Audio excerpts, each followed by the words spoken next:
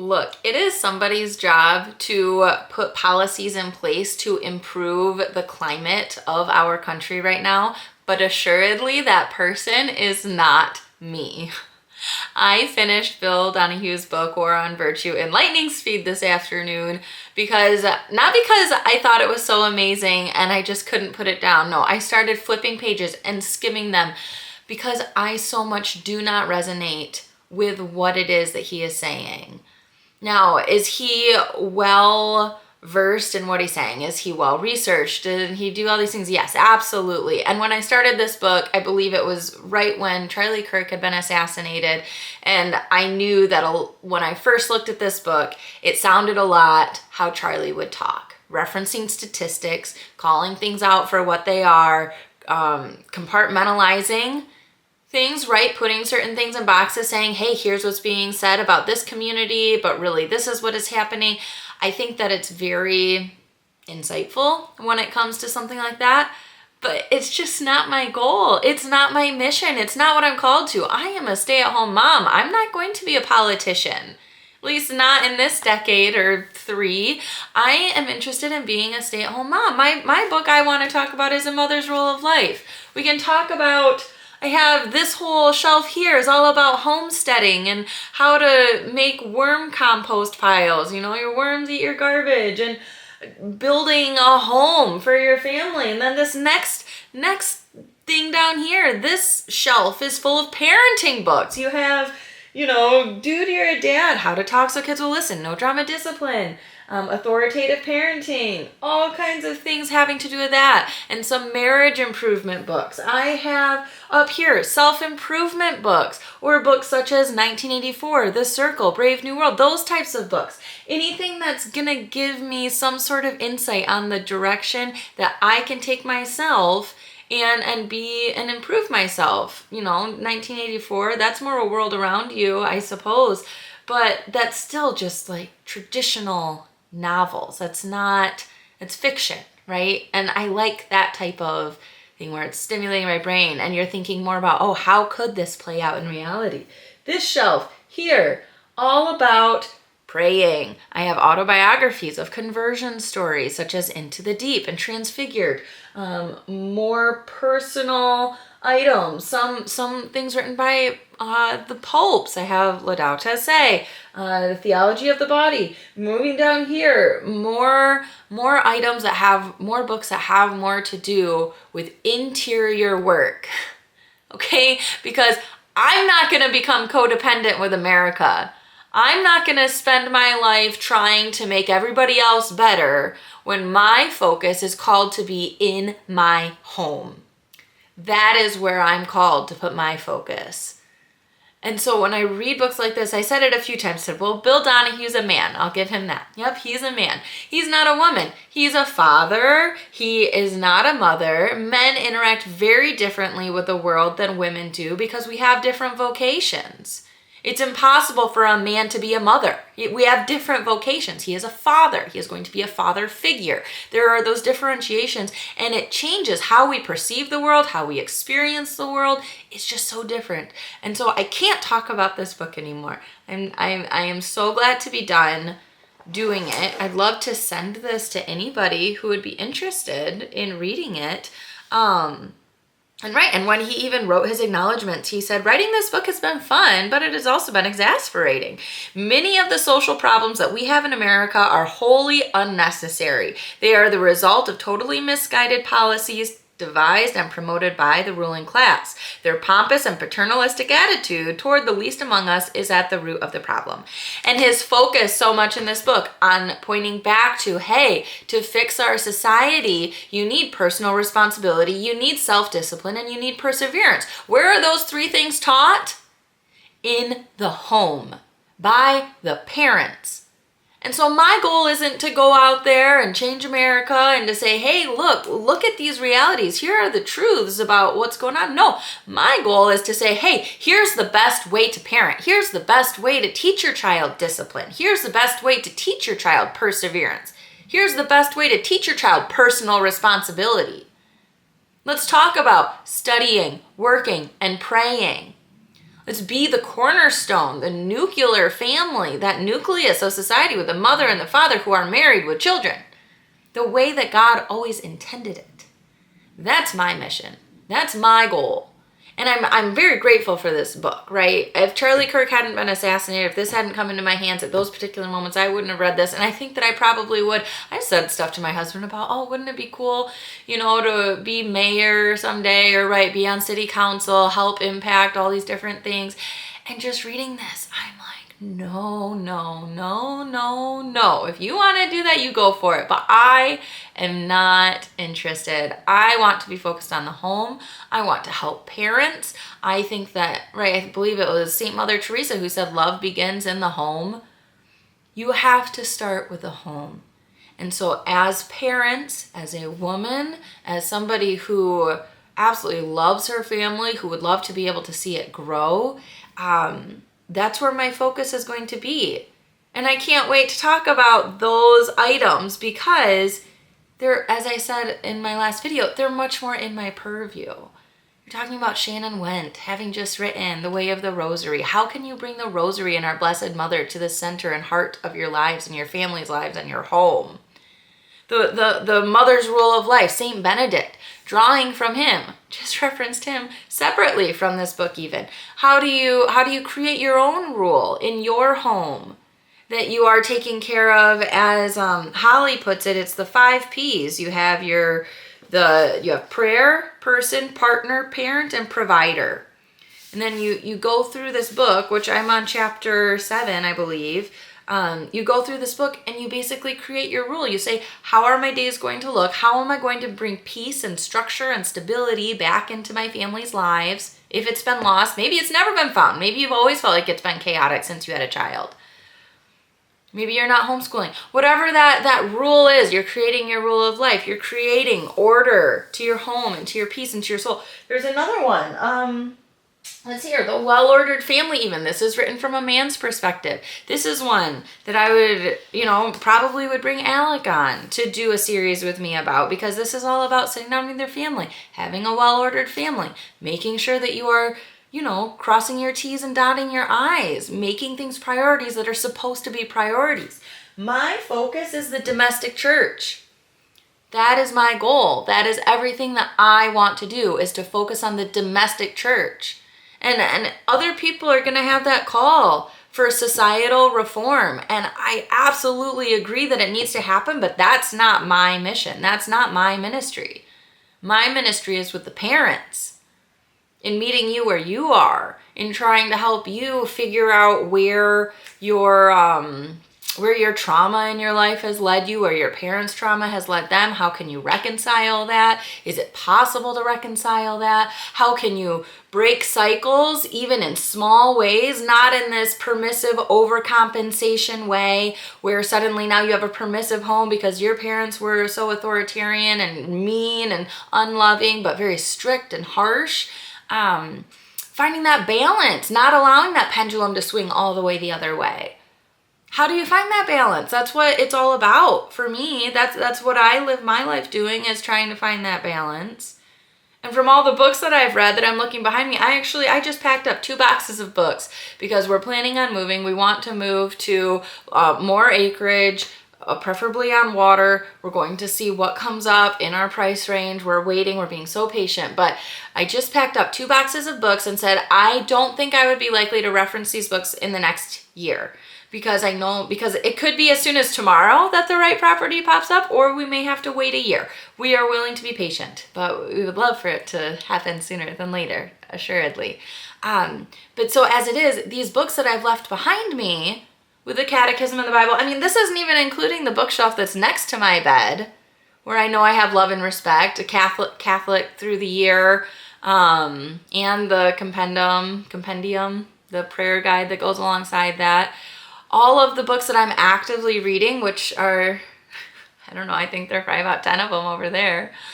And these are the books that I felt like I would still reference for videos or for whatever might come up, because that's where I put my focus. I don't have a lot of books like War on Virtue. Heck, even the one that I have that's on the political side of things is by John Birch, and it's Loving God's Children. It's all about the Supreme Court decisions. I mean, he's a lawyer. He's done so much. We were supposed to do an interview at 7 a.m. on some Sunday, and we were going to try to do it in person, and it never worked out. So I'd love to be able to actually read his whole book and maybe get into that if I want to talk about the church and gender ideology.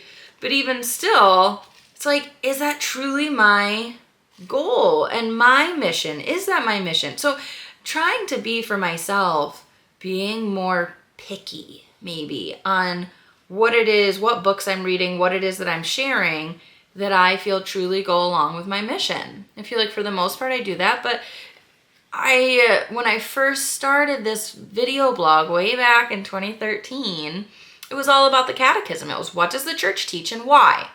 That was all that I talked about. And then after my brain tumor in 2014, in December of 2014, it went a bit more personal. And then it was personal for a while. And I probably had interspersed, I think I did some current events things. I remember when the Alabama abortion ban came into play, right? I think I did some current event items mixed with personal experiences. And then I started doing book reviews and started reading some more books and a couple interviews here or there, figuring out what might be where God wants me to go. And right now, I feel like my goal and mission is going to be through books. It is focused on what it means to be a Catholic mother, what it means to show up for people in capacities that they need, offering help and not waiting for it to be asked for, and also asking for help if that's what you need and not being shy on that, right? I mean, Christ asked for help. He wanted people to stay awake and pray with him. And he was so disheartened when they fell asleep on him, right?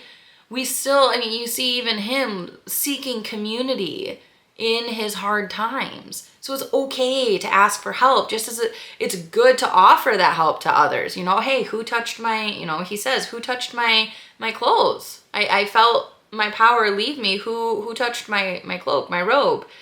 And this woman who was so desperately looking to be healed after bleeding for 12 years, right? Bleeding stopped.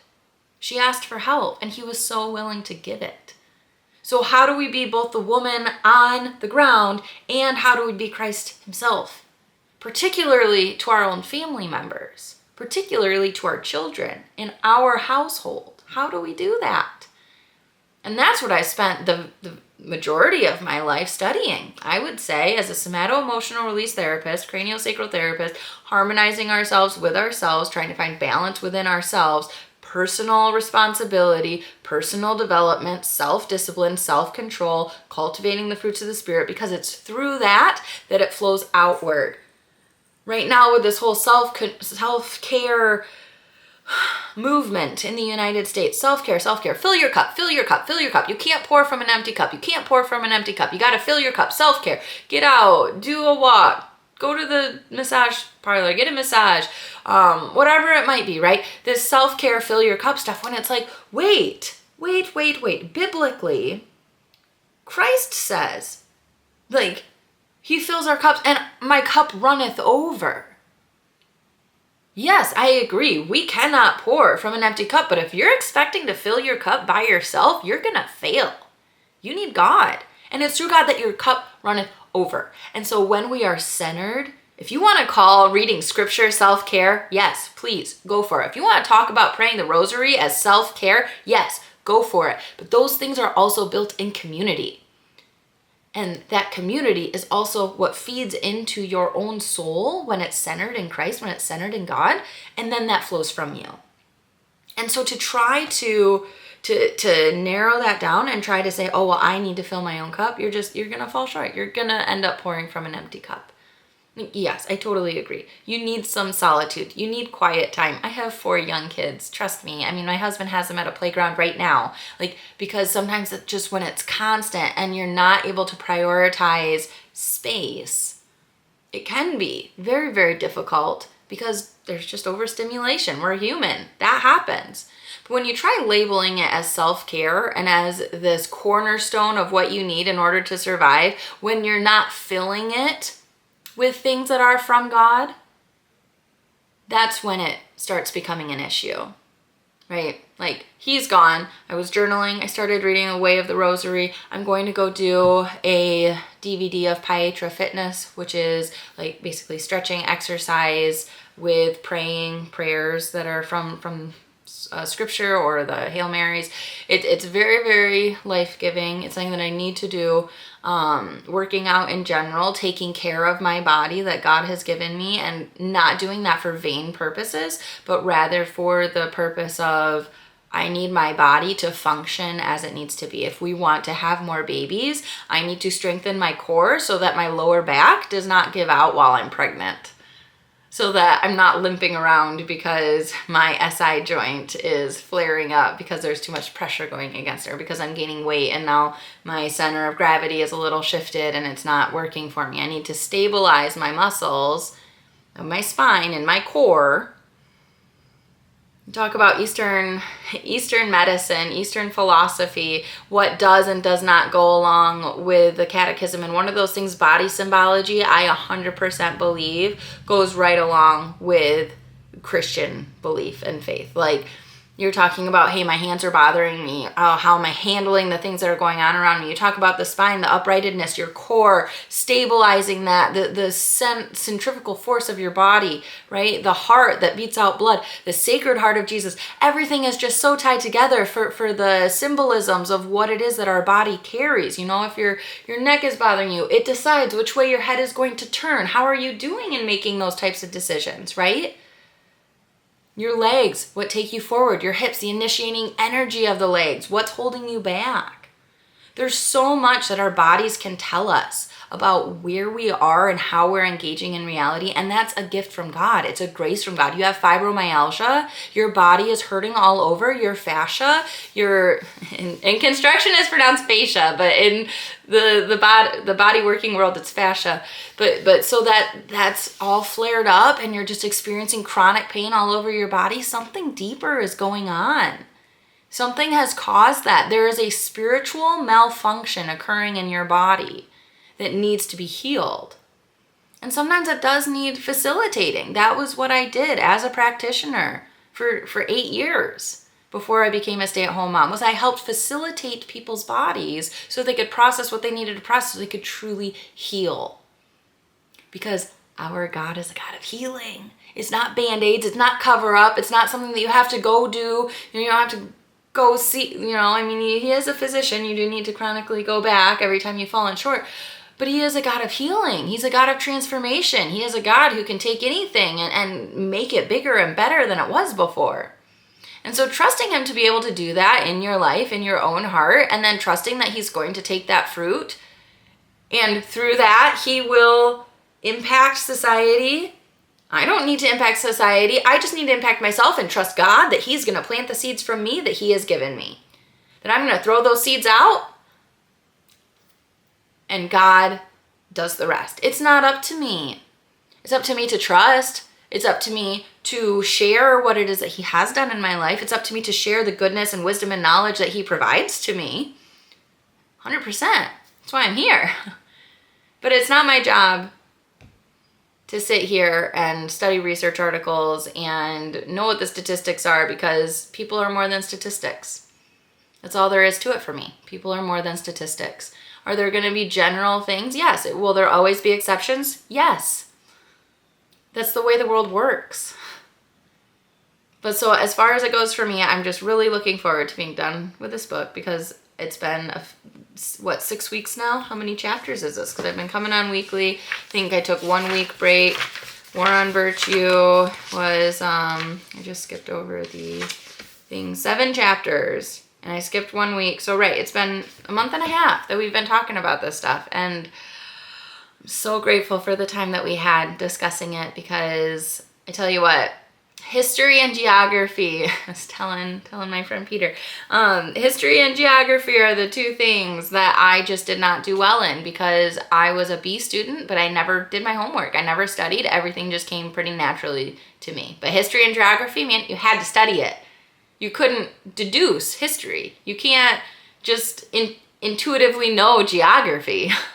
You have to know the names of the cities. There are things you have to study and memorize. And those are just things that I was never all that good at because I never wanted to put the effort in. And maybe at some point I'll feel led to put that type of effort in. I know with my children doing the homeschooling, I'm going to be learning alongside them, and I'm not going to skip geography and history for them. But right, I will have to learn some of that stuff. But as that comes, and as some more of those things make sense, maybe my content will shift again. But I'm just so grateful to feel like there is such a clear path for me right now. That as far as my skits go, I want to be focused on being uplifting and what is actually helpful, and not, right, like being a good mother-in-law, being the one that it is what somebody actually needs, and not the one that's constantly dissenting, not the one that's constantly pushing the boundaries. Like, what do we actually need? What would be helpful to see in the in-law or the parent or whatever it might be? And right, just having such a clear, like, I feel like Dorothy on the yellow brick road. I just feel like it's just so clearly laid out. And I just feel really, really grateful for that. I feel very clear-minded and just unwavering in that conviction, I guess, with where I am in my stage of life and what the Lord has blessed us with. I'm just really looking forward to being able to focus on that with you guys. And I think about my Face Your Phoenix YouTube channel that I had created, and part of me wonders if I might get back to that, or maybe I just put that content here too, who knows, and just have it be an offshoot, or maybe I kind of do both ways. I don't know, that type of stuff, right? There are certain aspects, obviously, that is like, I don't know about this or that or the other thing. I'm not sure what I'll do, but as it stands, we'll have a new book next week. Fairly certain it's going to be Mother's Rule of Life, because I would like to finish it, and reviewing the prior chapters too will be really helpful for me since I am working through it. And but yeah, and then obviously too we'll have Shannon's interview with the way of the Rosary, which I'm excited to be able to dive into that book and get to sit down with her and chat. And right, it'll be just good. I'm just looking forward to all of it. And I'm so grateful that you're here. I hope that my content continues to be helpful to you, and just that the Lord would bless it in all of the capacities that He already has. Like, I just want to help somebody, and I just trust that it will. So God bless you. Thanks for being here. Know of my prayers for you, and I will talk to you soon. All right, love you.